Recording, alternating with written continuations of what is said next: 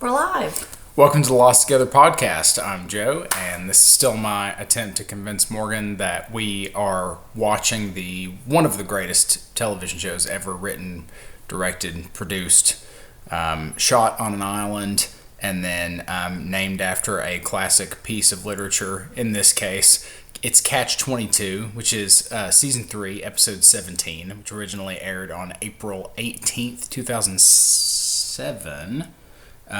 Which, I mean, what are we at? That's 18 years ago. So we started this on the 20-year anniversary of the airing of the pilot. So we're 2 years in from as it would have been aired originally. So what were your thoughts about Catch-22, just broadly and in general? It wasn't one of my favorite episodes, but it was good. I didn't think there was much going on, really, in this episode. Which is fine, because I have a lot of notes about this one, actually. So, because there are a couple of things that stood out to me. And yeah, not a ton of substance in this episode, but I did like the structure of it. I think they get pretty creative with the Desmond episodes for... yeah, they're pretty wacky. Yeah. Yeah. Well, he's a fortune teller, so, he can do whatever, really, with a fortune teller. Fortune teller. That's an interesting way to read that. Future seer. What's the word? Prophet? No. No, there's a word for a person who can see the future. Clairvoyant? Yeah. Or is that a person that can talk to dead people? No, that's... I think that might be a clairvoyant. What is the word for somebody that can see the future? Hey Siri. Is it clairvoyant? I don't know. That's what I just said. Let's see. But I think that a clairvoyant may be a person who just is touched, Like, just generally. But there is a word for a person who can see the future. Yeah, a clairvoyant is a person who claims to have a supernatural ability to perceive events in the future beyond normal sensory contact. So, yeah, I know words. So, because I remember that one time in a video game, and I can't remember what video game it was, there was a character that was clairaudient, which is where... She can hear things from the future? You can hear the future.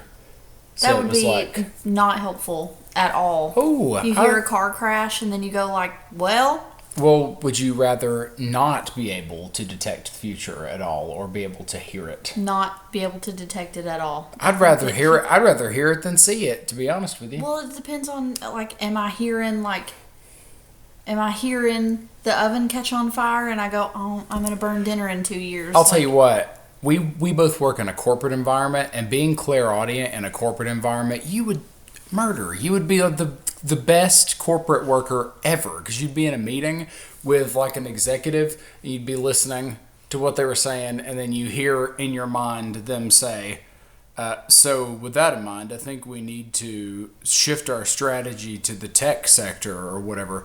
And then you've heard that in the future. They haven't said it yet. So then you just raise your hand and you go, can I just say something? I really think we need to shift our strategy to the tech sector.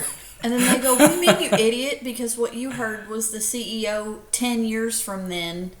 Oh, no, I assumed that I wouldn't just be playing with that straight off. Like, I would be doing some experiments ahead of time to see, like, how far can I hear into the future. I don't think you get to pick, and I don't think you get to know.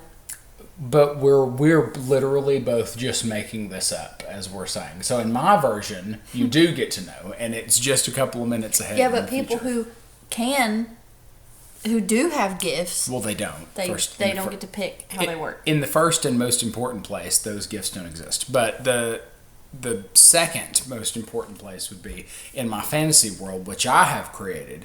It's like a corporate version of that movie, What Women Want. That's so fucking lame that you're like, I have supernatural powers and I'm going to use them in the corporate office. Well, you'd use it outside of there too. Obviously, you wouldn't. It's not like I can only use it when I'm at work. I'm just saying that I would use it when I'm at work. I would equally use it in a social setting. You got to dinner with a couple of other couples or whatever, and they're about to give you some good news or whatever. And they decided on the car ride over they were going to get a divorce, and you can But that happened in the past. Oh, okay, they decide on the car ride home they're going to get a divorce. And then I accidentally make it happen by suggesting it. It's kind of the premise of Catch-22, isn't it? It really is. What a nice segue. Yeah, really good segue. So we will get into the recap of Catch-22.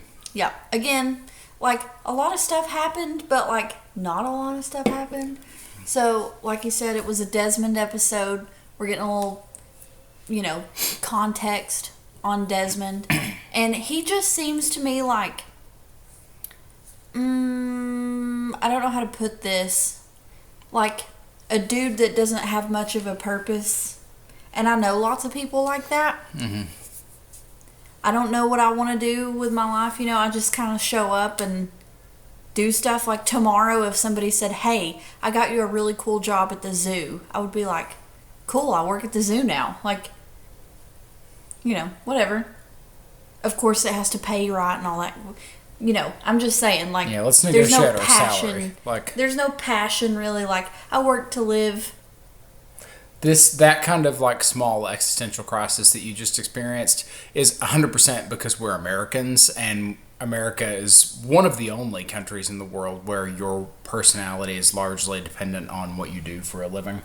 That's a shame because I don't give a shit what I do for a living. Yeah. So what does that say about me? It says that you live in a place which has taught you that that's one of the key ways that you define yourself, instead of, other really awesome things about you, like being a super great mom, and... This isn't the Morgan Praise Hour. We're talking about Desmond. It kind of is. It's my podcast, too. I can say what I want. You can say what you want. It's our show and not yours. But I will say that you are right. Desmond does not have a lot going on, although I think he doesn't have the excuse of being an American. Yeah, he's based on his accent. He's kind of a train wreck. Like, he's kind of a train wreck. So this episode starts with him in a damn monastery. He's like taking a vow of silence. He's in a monastery. Guy walks in.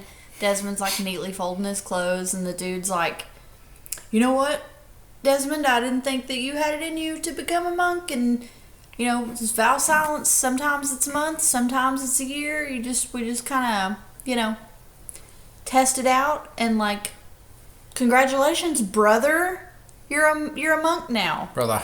Yeah. And then Desmond's like, sweet, so he's a monk now. And then we come to find out that he was like on a bender, basically, and the like friar. What do you call the head monk? I think a friar, actually. I think so. I think a friar is a monk with a job. Well, either way. Yeah, he's like the Monsignor or whatever, mm-hmm. which that's a different religion, I think. But anyway, the guy, what's his name? Monsignor's Catholic. This is Monks a Catholic. aren't Catholic. They can be. I don't think so. There were crosses all over that church. Yeah, they're Christian, but I don't think they're Catholic. I think they might be. I don't know. Anyway, it doesn't matter. Anyway, the guy, the head guy, you just come to know that he's in a position of power. So he tells Desmond like he did it. Desmond's like, woohoo. He found Desmond on the bender, brought him to the monastery. Desmond decided he wanted to be a monk. Now he's a monk. Congratulations to Desmond. Their brother Campbell, brother Campbell. He's not a Monsignor. Monsignor is Catholic though. That's a Catholic monastery. Yeah, because it's like he's like the head male monk or whatever, and then the head nun is, what are they called? Reverend Mother? Something? So I just checked in with our buddy ChatGPT, who has informed me that while the monastery is portrayed as a Catholic institution, the series does not explicitly state its denomination. Well, yeah. The setting and practices suggest a Catholic monastic order. Well, they do make wine, and Catholics drink wine, so, The blood. The blood in the body. I grew up Episcopal, and it's like Catholic light, and we also drank wine. Yep.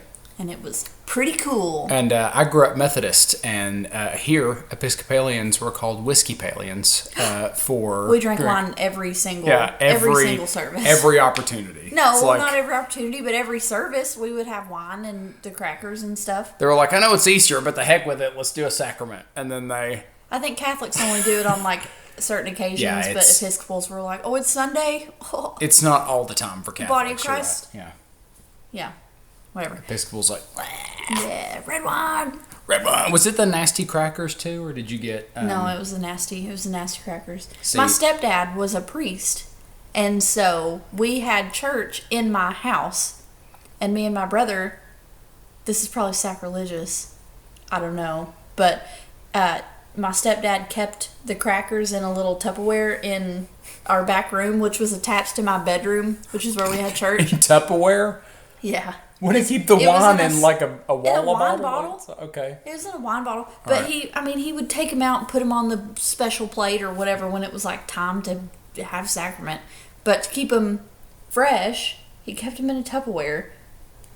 And me and my brother would sneak in there and eat them. Just who would ever eat those crackers for pleasure? We just were doing it to be degenerates. Because we weren't supposed to, so we did. As a Methodist, we did not drink wine in church. It was grape juice, but so that sucks because when you're a kid, you're like, oh, I want the wine, right? Oh yeah, I really wanted to be baptized so that I could drink wine. But the good thing about being a Methodist is that we didn't have those nasty crackers, and you can look this up specifically. Oh, you got real bread? I got Hawaiian bread. Ooh. So you're looking forward to the sacrament because you're getting some of that King's Hawaiian bread, and you're like, man.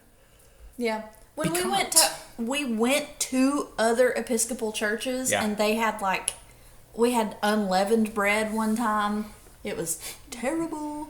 And then we had somebody made sourdough. Bread? That's bread without yeast, right? Yeah. Okay. It's shit. Yeah. That's what Jesus ate, and it was terrible. Yeah, well, did they have yeast? They must have, because they were directed to do it unleavened, so they must have done it leavened sometimes. Was God like, you know what? You got to prove that you love me by eating the shittiest bread that's For ever Passover, been. They were like, low carb. We're on keto. We're on keto, so... Keto for the Lord. They're like, unleavened. That's not a keto thing, right? No. It's a God thing. Yep. Just do it. Yeah. Also, can you have some rolled up salami and cream cheese? Just in it. Well, that's a weird thing to ask for with the unleavened bread. Don't worry about it. I don't get your joke. Keto. It's a keto thing. Salami and cream cheese. Put butter in your coffee or whatever. Yeah, exactly. Okay. Anyway, so this monastery, the way that they make their money is by making wine. And it's like Moira Vineyards or whatever. And it made me think of Moira Rose from our other favorite show, which is Schitt's Creek. It's so good. David. Desmond. Fold it in, Desmond. Put the label on the bottle, Desmond. Press it on the bottle, Desmond. Okay. All right. You went a little off there. Anyway, so they're, working with their little wine bottles, doing their whatever, Oh, and I think at that point, it may be later. I think it's later. They're working with the wine, they're doing their thing. And some guy walks up and he says, Brother Desmond, do you have a visitor? Desmond turns around and immediately gets clocked. I mean, whack. Criticism. There's the fakest looking blood. All the blood in this episode. It's literally like they took a cup of water and put some red dye 40 in it and just went. Yeah, we got this this stuff that we put in our kids' water to make it taste like fruit punch or whatever, and it looks just like that. Red dye 40. Yeah. Anyway, Desmond's like, sorry. So then, we switch over, and Desmond. Let me think. Hold on. Let me read my notes. Actually. Yeah. So, I guess I thought that monks couldn't leave the monastery, but I guess because Desmond was assaulted. An initiate.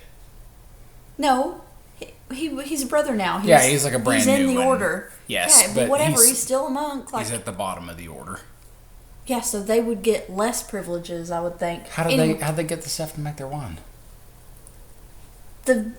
It's at the monastery. Yeah, but it's their vineyards. Yeah, but they had to have at some point gone out to contract the truck drivers.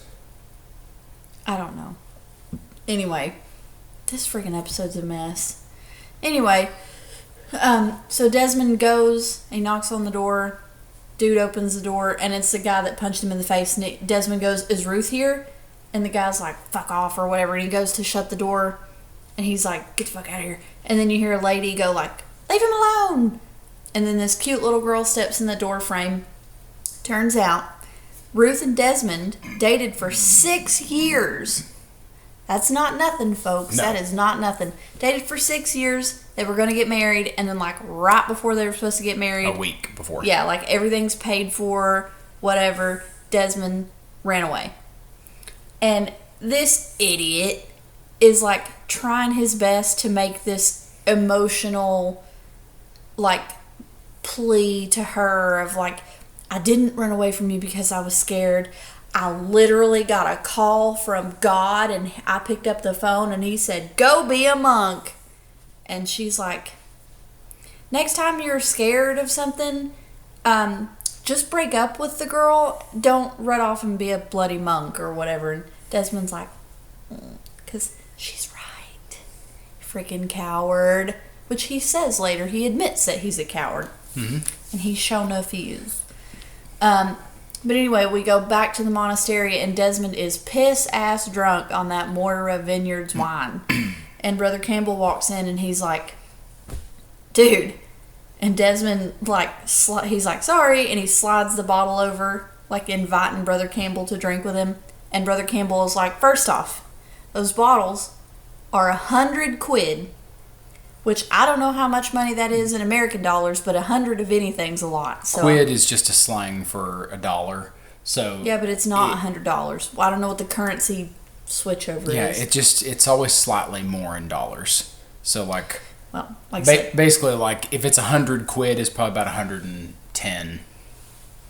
Yeah, I mean 100 of anything is a lot. So whatever. Unless it's won in Korea.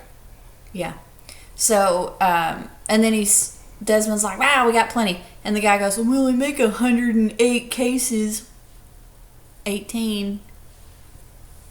108, or 180. Is it 180 or 100 and... 180, I think. Yeah, because 18. And Desmond's like, "Sorry, like, I had a really bad day." And the guy's like, "You know what? I don't think you're cut out to be a monk after all." And Desmond's like, "Are you firing me from the monastery right now?" And the guy goes, "No, I'm not firing you, but I don't think that, like, this is your calling. I don't think this is what you're meant for right here." And Desmond's like, "Wee." So he doesn't get up and leave. I guess he's going to finish his bottle at that point. You might as well. Mm-hmm. So the next day, Brother Campbell has asked Desmond before he leaves to help load a couple of crates of wine into a customer's car. And the customer's Penny, and that's how they met. Penny, and it's so cute. And she's asking him some kind of question, and he knows all the answers. And she's like, "That sounds like something only a monk would know." And he goes like, "Well, I used to be a monk." She's like, "I didn't know that monks could get fired." And he said, "Me neither." And then and I didn't know that either, but I guess, Of course you can. Yeah, you can get kicked out of any institution. So, despite how that church behaves, sometimes you can occasionally get kicked out for things. Okay, let's chill out a little bit. So, he says something to the effect of like, "This is not where I'm meant to be, and this monastery is just like a stepping stone into where I'm supposed to go." And she goes like, "Well, where are you supposed to go?" And he goes, "I don't know." And she goes, "Well, why don't you come with me to Carlisle and you can unload this wine for me?"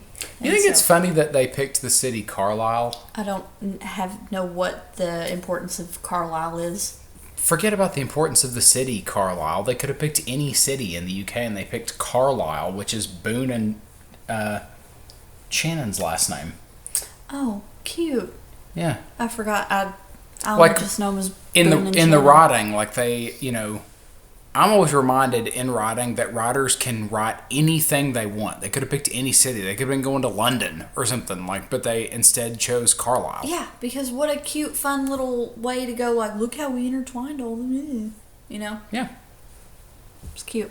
If you're part of that losty group that believes they did that intentionally and it wasn't just a happy accident. But well, why would they make such a happy accident? That's too coincidental to be an accident. That's on purpose. You had to put your pen on the paper and make that happen. That was not an accident. You know what I'm saying? Depends on who you ask. Well, so there's some backstory on Desmond. Mm-hmm. So on the island, we open with Charlie taking a freaking arrow straight to the throat, and it's a frantic scene, and he's choking and gurgling, and Desmond is holding him, and he's like, "No, Charlie, no!" And Hurley's there and whatever, and then there's another flash, and Hurley is picking that big cable up out of the ocean, and he's like, "There it is." And then what's the other? Oh, Blinking there's a red light in the sky, and it's nighttime. And then it flashes back, and Desmond is fishing. So obviously he's having another vision. So oh no, I'm getting ahead of myself. Let's see. Hold on. Let me look at my notes. Oh yeah, he comes back to. He's sitting there, and he looks over, and Charlie, because I was like, no, Charlie died. What the hell? And then he looks over, and Charlie's walking out of the jungle, and I was like, oh good, Charlie's not dead yet. Because Desmond has already said, I've saved your life 3 times. I don't know how long I can keep this going. You're meant to die or whatever. So Desmond has got a really bad habit of having his visions, and then he just goes to people and says crazy shit that with no context and expects people to just be like, yeah, sure, whatever. He goes up to Hurley and he's like, not a hey, how are you, nothing. He's just like, where's the cable? And Hurley's like, I don't know what you're talking about. And they do this kind of back and forth. And then Hurley says oh, you had another one of your visions, didn't you? Desmond's like, yeah, kind of. So then he's like, Desmond says, come on, we're going to go on a hike, and you're coming. And so is Jen, and so is Charlie. Let's go. And I don't know why Jen has to be there. He's in the vision. Oh yeah, he was. He's in the background when Charlie's bleeding out or whatever. Yep. So they go to Jack and they get a first aid kit. Which, are they just being prepared, or do you think that Desmond knew ahead of time that he was going to try to save Charlie? Think he was going to try to patch him up? Well, he had the vision that Charlie got shot in the neck, so, right. I mean... Yeah. But he also knew he was going on a hike for an undetermined span, so was he just being prepared by getting that first aid kit, do you think? Yeah. Okay. So Jack lets that first aid kit go, which I think is interesting, because it's a big... I mean, it's like a big bag. And they take it. So... Sorry.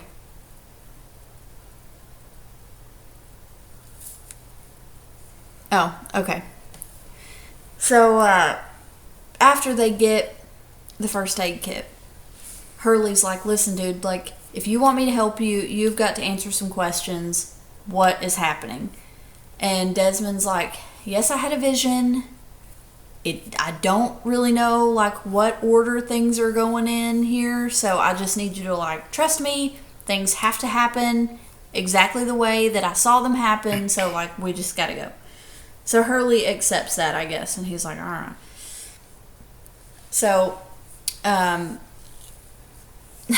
they tell Jen they're trying to get him to go, and they say, we're going to go camping with, marshmallows and hot dogs.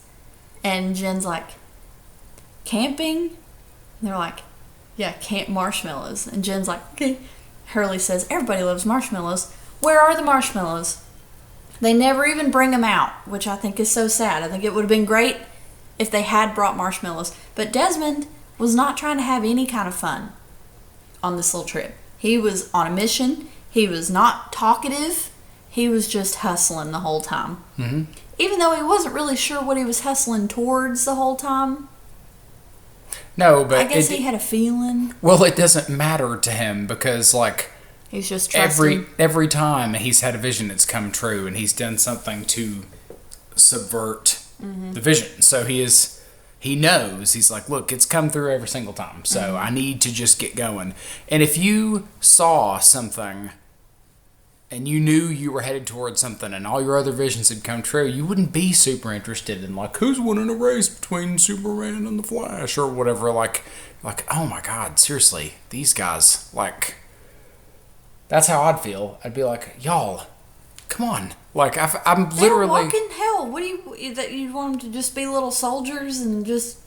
Well, I get that because they didn't see it. They're not preoccupied in the way that I am. But, like this stuff is not interesting to me. I've seen the future, y'all. Like, I'm going toward the future right now. Yeah, except you don't know what it is. No, but he thinks he knows what it is, which is why he's so excited. I know somebody else that felt like they know what was going on the whole time, and they felt like they were communing with a greater spirit or whatever.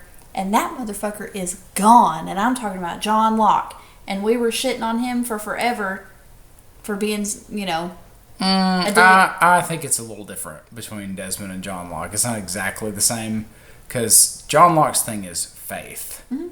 Desmond's thing is vision. So, like... Yeah, and faith. Yeah, but it's at least based on something. John Locke's faith is not based on anything. It's based on faith. No, it's based on him just having a feeling and wanting to be a special boy and like ooh, I had a traumatic life or whatever, and now I want everything to be better. Like, good for you, John Locke, but it's a little weird sometimes jumping down a hole, isn't it? Where a smoke monster came out of. Yeah. But whatever. Yeah. I mean, Desmond is feeding everybody the same story of, like, listen, somebody's coming to the island, and so we have to go into the jungle and we have to find them. Yep. Everybody is placated by that. Yep. Except for Charlie. Charlie's like, why do I have to come? And Desmond's like, you're my boy, you just got to be there, Charlie's like, he's like, am I going to die again? And Desmond's like, not this time. I was like, okay, so you're... Yeah, I mean, you would lie about that. Yes, but without knowing what we know and seeing Desmond's vision, right? Mm-hmm. If you're Charlie, and I said this while we were watching it because it still blows my mind. I hate Charlie. God, it's like, I mean, why are you even asking this guy this question? Didn't he twice save you from dying from these visions? Yeah, but he's being hella weird. Well, I mean, but Desmond even says it later in the episode. And if it's me, I'm like, dude, what do I have to do to get you to trust me? Like, other than save your life twice. Quit dragging me around on all your little escapades. Throw you a little bag of heroin and see if you'll follow me then. Like, my goodness, he saved clean. Like, he saved his life twice, and Charlie's not. Now, in this case, it happens to be a bad thing that he's trusting him, but Charlie doesn't know that. We know that because we have the benefit of seeing the vision, but Charlie doesn't know that. So, So anyway, what is it that they're whistling? I'll get to it, but that's what they're whistling. Yeah. Yeah. So it's like this jaunty, fun little, and they're all going down the beach walking, and then all of a sudden, bing! It's the exact same thing as Desmond's vision. Hurley reaches down, picks up the cable, and he says, "Here it is," and then Desmond's like, cool, we're going to camp here for the night. And Charlie's like, why don't we just keep going? Like, what do you mean we have to camp here for the night? And Desmond's like, I'm telling you, we have to camp here for the night. And so that makes Charlie suspicious for whatever reason. I don't understand why that set him off. Well, Charlie's a genius, so of course he's like... Desmond's already told you that he's had visions and that things have to go the way that he says. And if he says we have to camp, why does that alert your spidey senses? Like that, I thought that was kind of lame. I didn't get that.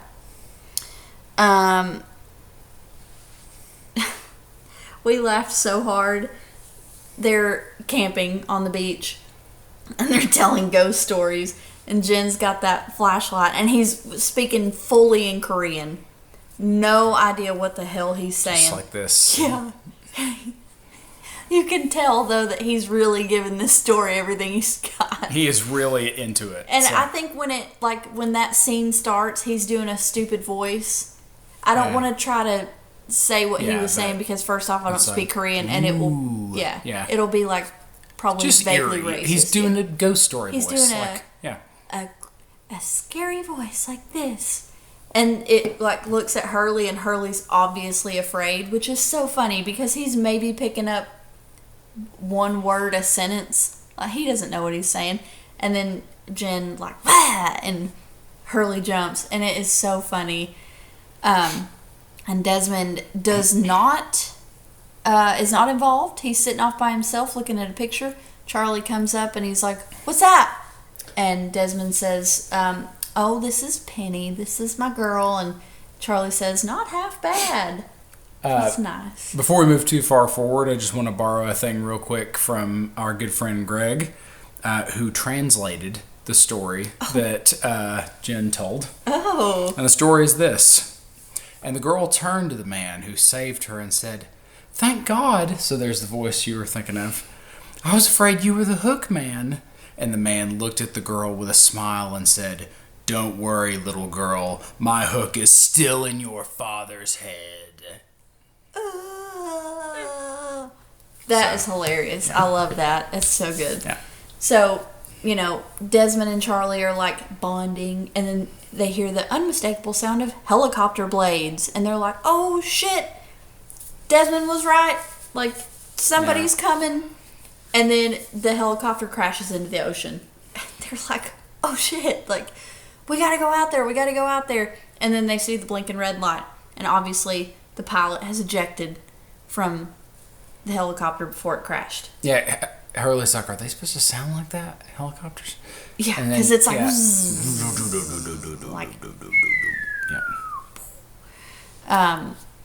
So they're like...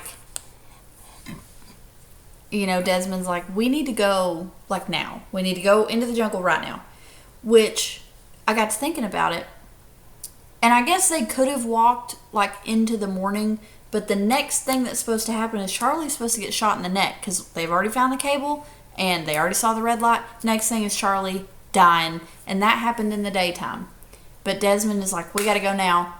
And Charlie's like, "Hell no, it's the middle of the night. And last time I went into that particular part of the jungle, I almost got my head impaled by one of Rousseau's booby traps." And Desmond's like, "Ooh, you finna do it again." But of course he doesn't say that. So Desmond's like, "Fuck you, like, she's probably hurt. She is probably hurt." And one of them, I think, mentions, like, she? He corrects himself immediately and says they. Okay. Yeah. Anyway, which... I don't know why he doesn't just tell him, like, "Hey, I think that might be somebody I know," But I guess later he says, "Oh, if I tell you about the picture, then it'll change," or whatever. Yeah, I was going to say, that's why he does it. Speaking of pictures, something I completely forgot to mention, and you had to rewind it when we were watching it because I didn't catch it, but old brother Campbell is I don't know if it's his mom or how they know each other, but on his desk, when he is kicking Desmond out of monastery, like, officially, is a picture of that freaky freak lady in the jewelry store that knew that Desmond was touched. Yep. So... I could tell you her name because I don't think it... I thought they said her name at some point. I read it. It's Eloise. Yeah, it's Eloise Hawking. I didn't know a lot. Like Stephen Hawking? Like a time traveler? This is a time traveler situation? Is she Penny from the future? No. Okay. I think they coexisted. So, you can't be with your own self in a timeline. Right. Yeah. So anyway, they go into the jungle, and, you know, they're walking, and then they start with that whole Superman, who was it? Superman and the Flash. Yeah. Yeah. So they're, you know, doing all that, and it's the Vision, and Charlie's about to step on a wire, and it's going to initiate a booby trap that sends an arrow right through his throat. And Desmond is like the whole time because he knows what's about to go down, and he knows that if he intervenes in some way that it could change the picture, and he's pretty fucking sure that it's Penny because on their trip to wherever the beacon was, they find a picture, the same picture that Desmond had of him and Penny. So it's like confirmation that, oh, that's Penny. They try to split up at one point. Do they split up? I can't remember. No, because it's after. Oh, okay. Yeah. You're right. Okay, so after Charlie's guitar gets shot. Yeah. So, you know, he steps on the wire. Desmond's freaking out. He knows it's about to go down, and then right before the arrow launches, he goes, "Charlie, duck!" And then he tackles him, saves his life. And I was like, that is a bold move, but, you know. And then Charlie has the audacity to look offended. Like, you knew that was going to happen. Yeah, bitch, I did. And here you sit, alive. What are you worried about? Yeah, I saved your life again. It's funny, too, because in the first Vision, Charlie gets shot where? In the neck. And his guitar gets shot where? In the neck. Yeah. Yeah. It's weird. Also, I just looked it up. The Flash won the foot race between Flash and Superman. So. Oh, that was a real thing? Yep. So in the older versions of the comic books, they made it like it was kind of like a tie. But basically, everywhere from like the 80s forward, the Flash is canonically faster than Superman. So. Oh, I forgot to mention, when they found the picture of him and Penny, they found like a backpack. And in the backpack was the book Catch-22. And therein lies the name of the episode. Sidebar, when Charlie looks at the picture and says, like, not bad. Like, I like that better than any compliment that could be paid to me. Yeah. When I see a picture, somebody sees a picture of us and they say, like, your wife's pretty, Joe. I'm like, that is good stuff. So I'm sure that Desmond was feeling good in that moment because it always feels good to me. Well, yeah, everybody likes when their partner gets a compliment. Yeah. Yeah, I hear it. I thought it was nice. I hear it fairly regularly. So here we go. A lot. Anyway, so they after Charlie doesn't die, then they decide to split up, and Desmond says, or Hurley says, "Charlie, you come with me, and Jen can go with Desmond." And Charlie's like, I think I'll stay with Desmond. Yeah, I'm staying with Desmond. Yeah, which, duh. Like, what an idiot Hurley is to suggest different. I didn't trust you earlier, but I'll go with you now. Yeah. Third time's a charm. Yeah, dumb. Charlie. Bless him. Dipshit. So, Charlie is pissed that Desmond didn't tell him that he was gonna get shot on that trip. Which is insane to me. Because Desmond turns around and says, if I told you, you would not have come, and I needed you to come because you're in my vision, and the shit has to happen the way that it's in my vision, and if I fucking change it, then it changes the picture. And Penny's out here, and so I need you to shut up. Duh, Charlie. Because he's absolutely right. If he'd have told Charlie ain't coming. Yeah. Although also Desmond, Charlie not getting shot at, just as a sidebar. Yeah, but if he's gonna get saved, who gives a shit? Like, if I knew for a fact that I wasn't gonna die, I would jump off my roof right now, just to do it. Yeah. Yeah, like whatever. So, like, shut up, Charlie. Desmond could have told him, and he could have been like, "Don't worry, I'm gonna save your life." But I still don't think Charlie would have come. Maybe not. I wouldn't. If I'm relying on somebody else to save me, if I have magic powers and I can save myself, that's a different story.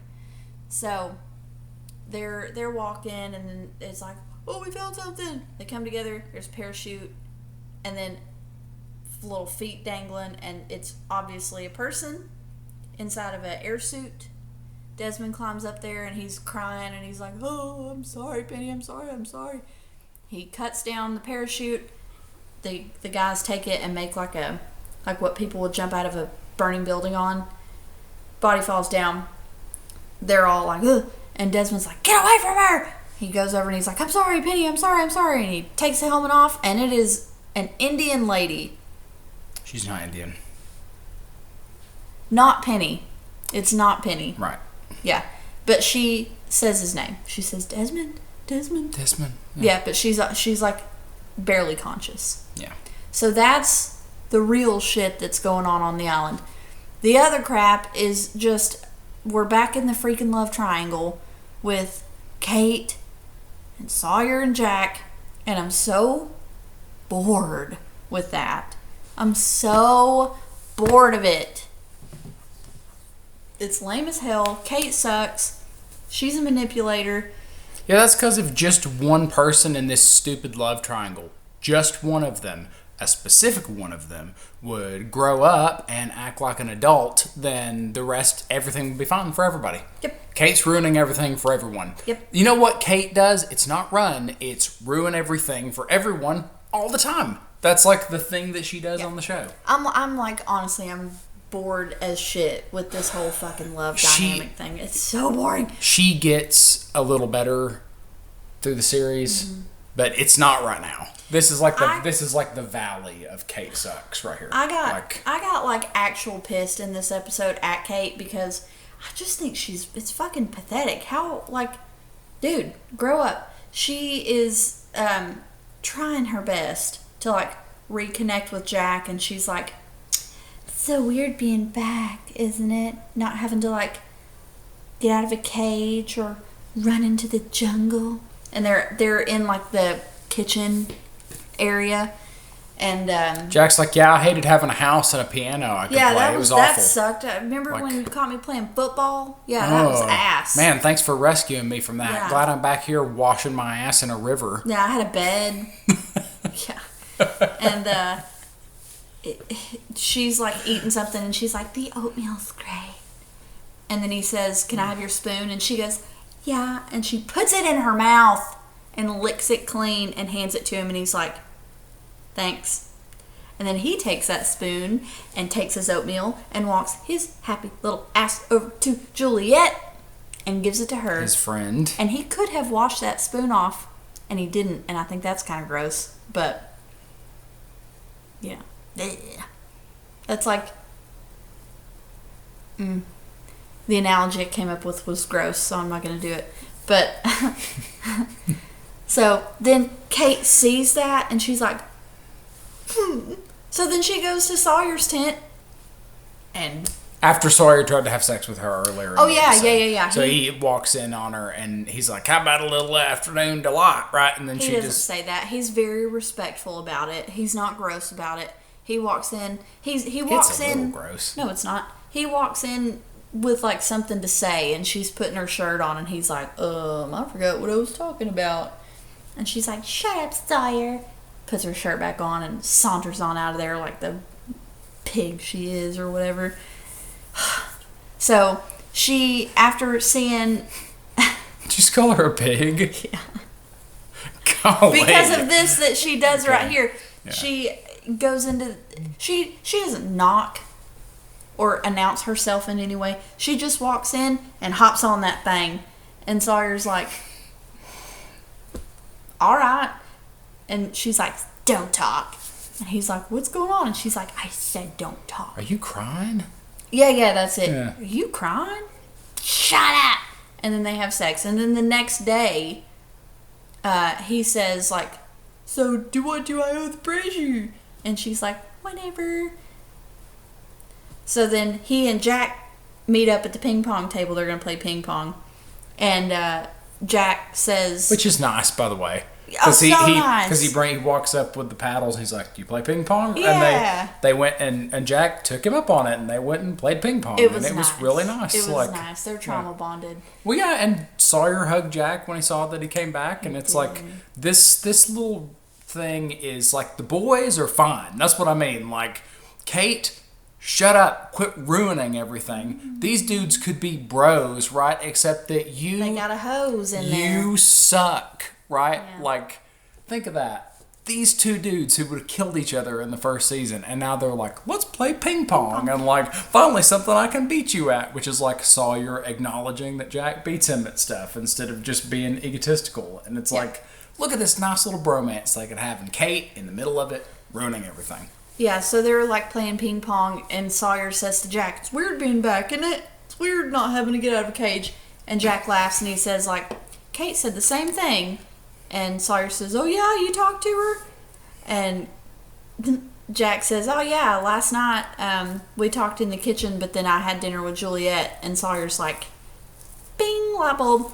So then he comes up to Kate later, and he's like, "Hey, here's your Phil Collins mixtape," because he's trying to be romantic, and he says he'll make her a mixtape, and he does. Well, he got a mixtape from Bernard, stole it from Bernard, and it's Phil Collins. Hello, what's more romantic than "Can you feel it coming in the air tonight"? Studio. That's the first one that pops on. It's Studio, baby. She's like, "I love this song." Yeah. So he hands it to her, and he's like, "Next time you want to use me, just ask." And then he walks off, and I was like, "Yeah, good for you. You tell her." And that's it. That's the whole episode. Do we think that Kate learned anything from that? Hell no. No. She's going to keep doing all that same stuff she's been doing? I think that Sawyer asks her, like, he says, "Did you tell the doc about us?" And she said, "No, but he knows because he saw it on the surveillance cameras." Yeah. Sawyer was looking for a little validation there, like, "Hey, have you told people that, like, we are kind of a thing?" He just wants her to say, like, we're a thing. And she will not. So, a couple of notes about art within the art in this episode, which there was a smorgasbord in this one. So, first of all... I forgot to tell the story about the Moira and all that. Like, how they came up with that. There's a story of Isaac about sacrifice and... Yeah, I'll cover it. Okay. So, there are a lot of biblical references in this episode. Some direct. Well, they are in a monastery, so... Some indirect. I'm talking about on the island. No. So, there's the... Desmond references God testing Abraham and how he's meant to sacrifice Isaac. Yeah. So, like... I forgot about that. The story in the Bible which is actually hilarious if you take it a little bit out of context, because, like, Abraham has been trying forever to have a kid and can't make it happen. Okay? And the Bible suggests that it's like his wife's fault that he can't have, which of course they suggest that, right?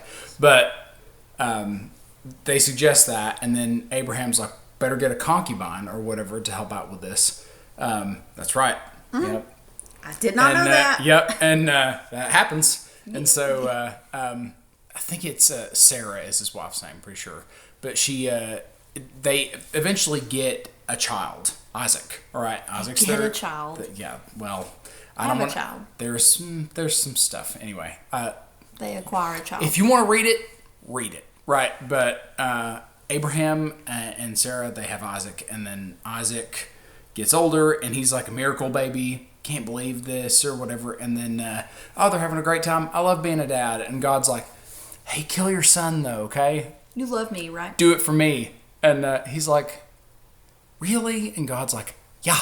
Yeah, really. Do it, right? Take him up to the top of the mountain. So just imagine him like, hey, Isaac, we're going to go on a hike. What are we doing? Just going on a hike. Walking. We're going on a hike. Come on with me. Then he drags him up the mountain, and then... Isaac's like, what's the knife for? His dad's like, might meet a bear. Don't worry about it. I always have a knife. Yeah. Always. Yeah. Didn't even ask about the gun. That's weird. So, let's go up the mountain. And they go up the mountain, and just as he's about to sacrifice his son, God's like, psych! And here's a goat, kill that instead. Thanks for being a good boy. Love you. And that's how we're all supposed to behave. Anyway, so that's like Desmond, like, not telling anybody what is going on their hike is a mirror of Abraham and Isaac. Yeah. Except that what Desmond's saying that he's doing is not what Abraham did, which Abraham is going to go through with it.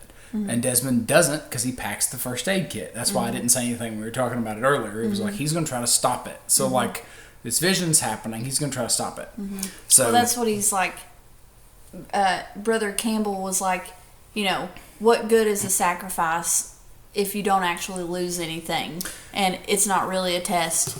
It doesn't count if you don't lose something. Right. And sacrifices don't count if the thing that you're losing doesn't matter. So it's like sacrifices have to be painful. Like that's the Bible outlines that really clearly. That's why Cain and Abel happened, because Cain's meant to be a gardener or whatever, and Abel is a shepherd. It would have been fine for Cain to give up vegetables or whatever, but it's got to be an amount that's a pain in the ass to him to do. Basically, like, God's like, suffer for me, right? Do it. That's what a sacrifice is. So Cain didn't do that, and that's why God was like, you're jank ass little pile of vegetables, you didn't even try, right? And that's why he kills his brother. So anyway, there's a lot of that in the Bible, especially in the Old Testament. But Henry Ian Cusick, who plays Desmond, also plays Jesus in a TV show. And I wonder if they got the idea from his episodes of Lost, because he is looking real Jesus-y in this episode. So he starts the episode fishing, which is a trope which is regularly associated with Jesus. Not only that, let them be fishers of men. But then he gets a vision from heaven. He's communicating, right? And then he goes and grabs people and says, lay down what you're doing and follow me. And then he doesn't give them any more information, which is exactly what Jesus does all through the New Testament. Is he just walking up to people and he's like, what you doing? And they're like, tax collector. He's like, not anymore, baby, right? Come this way, right? What are you doing? I'm fishing. Catching any fish? Lots. Well, just leave your net. Come along, right? I'll make you fishers of men. And that happens too. So there's a lot of that in this episode. It's a couple of biblical parallels for you. There's almost never, when you see somebody fishing and there's anything else biblical, like that's a Christ figure. So it's... Which you said... Jen, when this, just wait. Yep. No, I'm right. And I'm going to come back to this episode later and show you by the end of the series, and you'll be like, oh, that's what you're talking about. Is Jen going to, sacrifice this child? I'm not going to say anything. Anyway, so there's a couple of other pieces of art within the art. I want to talk about this because that little thing you whistled earlier, that, Isn't it the Constable's March or something like that? What's it called? It's called the Colonel Boogie March. And it's close. Yeah, it is being whistled by Jen, Charlie, and Hurley. Yeah. Desmond's not having any fun. It's best known for its use in a lot of military films use it because it was originally used in a film called The Bridge on the River Kwai, which is in near Thailand. I love that movie. But the important thing about that is that in the film and the novel, it's based on a novel. There are British prisoners of war that are forced to construct a bridge, okay? And they're going to eventually be marched over that bridge to their death. And while they are building that bridge, they don't know they're going to be marched to their death. Sure. Right? But the viewer knows. Mm-hmm. And so they're whistling that song as they're building this bridge to march to their death. Charlie is whistling this song, possibly marching to his death. So, I see you. Fantastic. Lost, right? So, thought that... Good writing. I think that's excellent because you would just think watching that, it's like, oh, that's just I've heard that before. That's just a bright little... Except, no, that's somebody marching to their death. Mega hella dark. Another art within the art, Catch-22, which Catch-22, we talked about it a little bit last time in the preview, but it's just what you call a double bind, or to make it simpler, a lose-lose. That's what a Catch-22 is. So the main character in the novel Catch-22 by Joseph Heller is this pilot who's in the military, and he's being forced to fly on these like really dangerous missions. And he doesn't want to fly on them, but it's conscription, so he can't just leave the military. You can't just do that. So the only way to get out of flying on these dangerous missions is to be proven insane. Okay? But because they won't let an insane person fly these missions. But you'd have to be insane to fly the missions. So there's just not a way around it. It's a lose-lose. So like in the situation that Desmond's in, this lose-lose situation, he can either have Charlie die and get Penny back, right? In his mind, that's what's going to happen. Or he can not get everybody out there for his vision and not see Penny, which is weird because she's not even the person with the parachute. But I'm just talking about Desmond's mental state here. So, save Charlie, lose Penny, save Penny, let Charlie die. Either choice is wrong. Damned if you do, damned if you don't. So, just a couple of arts within the art there. And then a quick question before we get into our messages in a bottle. Is Desmond making the visions happen, or would they have happened without him doing anything? I'm trying to think about the other visions that he's had. There was the lightning. Mm-hmm. There was Claire drowning. Well, he didn't make that happen. I guess what I'm asking is, we've been saying for the whole episode that he sees the future. Mm-hmm. Does he see the future? You're saying he's like manifesting it? What I'm saying is, can it even be the future if you can avoid it? Well, they say that you meet your destiny on the path you take to avoid it, so. But that didn't happen in this case. No. So that's what I'm saying is it the future? Or... It's a future. Everything is possible. Yeah. So what I'm just really asking, in your opinion, is he seeing the future? Well, I mean, sure, I guess that he is, but if it's not concrete, how useful is the damn vision? You know what I'm saying? Like, yeah, I could probably predict how my day's going to go tomorrow, but if I decide when I wake up in the morning that I'm going to chop all my hair off and drive to Canada, like, that's not in the plan, but I can decide to do that, and now I've changed the future or whatever. Like, the thing about seeing the future as a trope, or really if you believed in that as a gift, just in my opinion, if you believed that being able to see the future was a possible gift, that means that you have to believe there is no such thing as predetermination. Yeah, for sure. Like, because if you can see the future, you can avoid it. Mm-hmm. So then the answer to that question would be no. He's not seeing the future. Right. So what's he seeing? Possible futures. Maybe like he's like being given the pieces to the puzzle and being told like, you can put this together if you want. Maybe. What? That wasn't happy. I didn't give you the right answer. There isn't a right answer. I'm not looking for a right answer. I'm looking for your thoughts about... Yeah, I mean, I think he's getting, little pieces of... But I don't believe that people can see the future. You don't believe people can see the future? No. I think that people can talk to dead people, and I think that people can, be super in tune with other people in such a way that they could go, like, make an educated guess of what's going to happen. I believe in tarot cards. I believe in that kind of stuff. I believe that you can get a general vision. But again, I can get of what is going to happen to you. But how could that be possible if it's not predetermined? If you stay the course, your current course. What? But isn't a course, metaphysically speaking, made up of like millions of different choices? We make thousands of choices every day. Yeah. I think that if you were to be able to see the future, that Desmond is doing it the right way. No, but what are the tarot card people saying? I mean, they're just giving general outlines. You know, the relationship that you're in is good and you should stay there, like that's whatever. You should leave your job. Your job is not where you need to be. Maybe make a change there.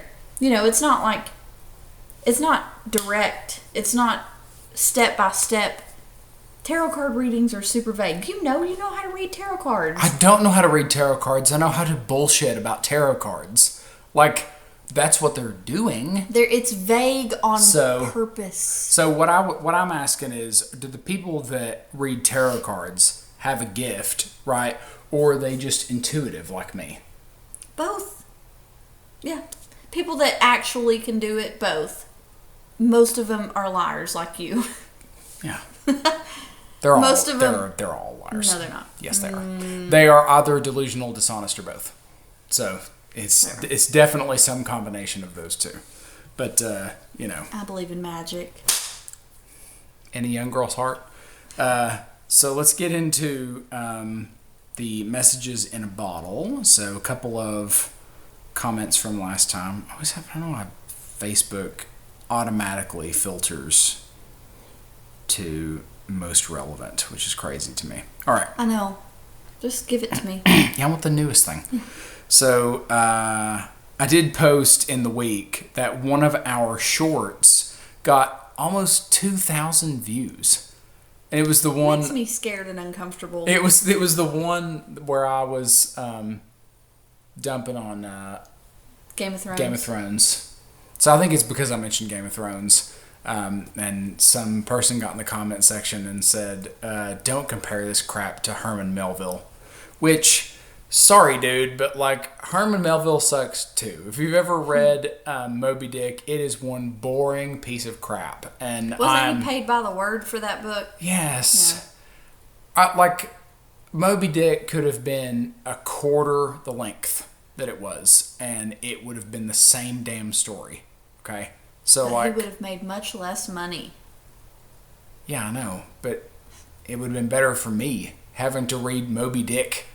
I remember when I took that stupid bullshit reading level test in 8th grade, and I got put in the highest level, and then I got assigned Moby Dick in 8th grade. All right, nobody should have to read Moby Dick, much less an 8th grader. I have never read Moby Dick. Call me Ishmael, right? That's the opening line of Moby Dick.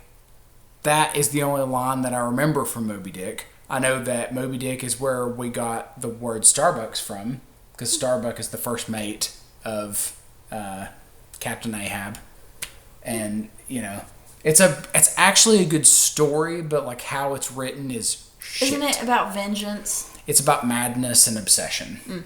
So Captain Ahab is irrationally obsessed with finding this white whale and killing it, even though the whale doesn't know that Captain Ahab's obsessed with him. So he's literally obsessed with a thing that doesn't even know he exists. Whales are not cognizant. They specifically picked the whale to show that he's obsessed with something stupid, and people do this all the time. So that's the message, essentially, of Moby Dick, is that obsession leads to your death, essentially. So don't be so obsessed. Go out and touch some grass. To quote Mariah Carey, why are you so obsessed with me? Why are you so... I think that Herman Melville was a big Mariah Carey fan. So. Obviously. So I did post about that, and Greg added... Surely he made this gif of John Locke with... Scary. Yeah. Me after realizing I missed screen capturing the moment Joe and Morgan hit 4815 views. Oh, man. That's all right. So, under the last episode, so Matt says, so this is a quote from you, babe. I try and be cognizant of how I hold my body in case you guys want to immortalize it online forever with a screenshot. Heavy yawn in that. That was good. Guys, please... It is 10:15 right now. I'm tired. Grab your favorite screenshots. Kira underneath that. Poor Morgan. At least Joe gets this week off. I was in pretty good spirits last week, so I rested, well rested. He's been focusing on his sleep, as I think we talked about before. Mm-hmm. It's been going pretty well, I think. Doing okay this week, too, actually. This is not a caffeinated soda I'm drinking. This is a sugar-free nasty soda, which I don't recommend. And I won't say the name on air. Yeah, I think we might get in trouble. It rhymes with stevia. It rhymes with Zevia, all right? And it has a terrible aftertaste, but a really good forward taste. And so you just got a suck-ass flavor. The other ones are good. The cream soda ones are delicious. The ginger ales are delicious. And the Coke ones are delicious. All right, so Matt says, Morgan's right. Had they secretly given Juliet the tranquilizer, she would never trust them again. At this stage, she had already signed all the paperwork, so from her perspective, she was fully committed. What's a heavy sedative between new work colleagues? Greg says, yep, and it goes even deeper than that. By openly flaunting the tranquilizer the way he did, Albert was showing Juliet how things are done at Middelos. I thought about that after we were recording a little bit. I thought, it's just like, hey, look how powerless you are. You think that you can do something about this, but you can't. Yeah. He was preparing her for what's to come. This then makes each iteration of what she's about to experience on the island a little easier to accept, a standard cult indoctrination procedure. It's also a form of coercion, as can be seen by how Albert deals with Juliet protesting the orange juice, and it's a masterclass straight out of Ben Lana's School of Manipulation. He deflects her question, along with some well-worded flattery, results in her and not only agreeing to drink it, but sculling it in one go. I've never heard the word skull before. I will be using that, so I assume that means... Does that just mean like slamming it? I've never heard that before. Skull and a Zevia.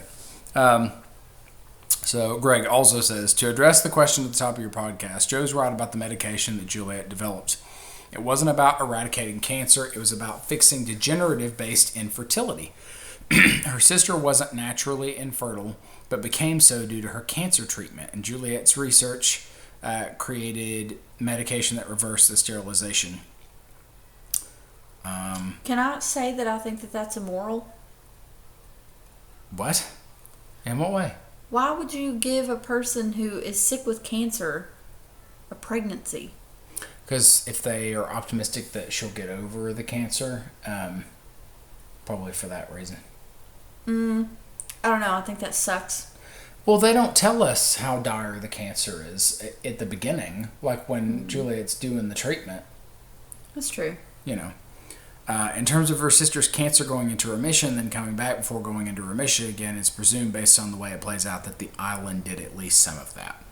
Ben kind of sort of wasn't lying about that. A couple of other points. Harrowrot aviation is also an anagram for eye and ovarian threat.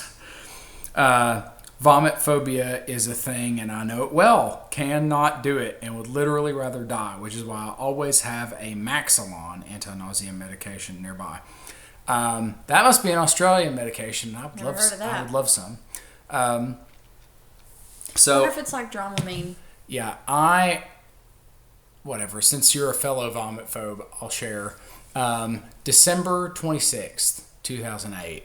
That was the last time that I vomited. I think you said that on the last episode. I'm going to continue sharing it, and I wouldn't talk about it too much if I were you. Well, I can't make it happen by talking about it. Mm-hmm. That's irrational. But so is a fear of vomiting. But I will tell you that it is extreme, and my particular coping mechanism is individually wrapped Starlight peppermints, which... Specifically Starlight. Starlight peppermints. If you give me, what are those? The colorful ones. If you give me like an Altoid or whatever, that's not going to work. The puffy ones. Yeah, no, puffy ones don't work either. Mm-mm. I need the hard Starlight peppermints. And really, there's even a specific tasting one that's best. You like the ones that you can pop out of the things, not the ones that you... Yeah, but there's reason for that, because the stomach bug is passed through the fecal-oral route, which means that you have to ingest it. So a really easy way to avoid it is to not touch the stuff that you're eating. I thought you liked the sensation of popping the mint out of the plastic. It's because I don't have to touch it. So you just grab it at the bottom and you squeeze it out, and then you will keep from touching that mint. That makes sense. Also, the stomach virus can only live for 2 weeks on surfaces, so there's a reasonable chance that those mints had been packaged much longer ago than 2 weeks. So when I pick it out of the bag, I'll just pick it out, and then whatever end I'm grabbing, the mint is not coming out of that end, it's coming out of the other end, and if I can't squeeze it out, I throw it away. I get a different one. So that's when I'm nauseous. So I'm really proud of how far I've cut back on those, because I used to just literally chain eat all them all the time. I was sure he was going to have no teeth by the time you were the age you are now. I had one earlier today just for enjoyment. I was feeling totally fine just for enjoyment. I had one, but I used to literally eat them all day long, and I mean all day long. But I don't do that anymore. So.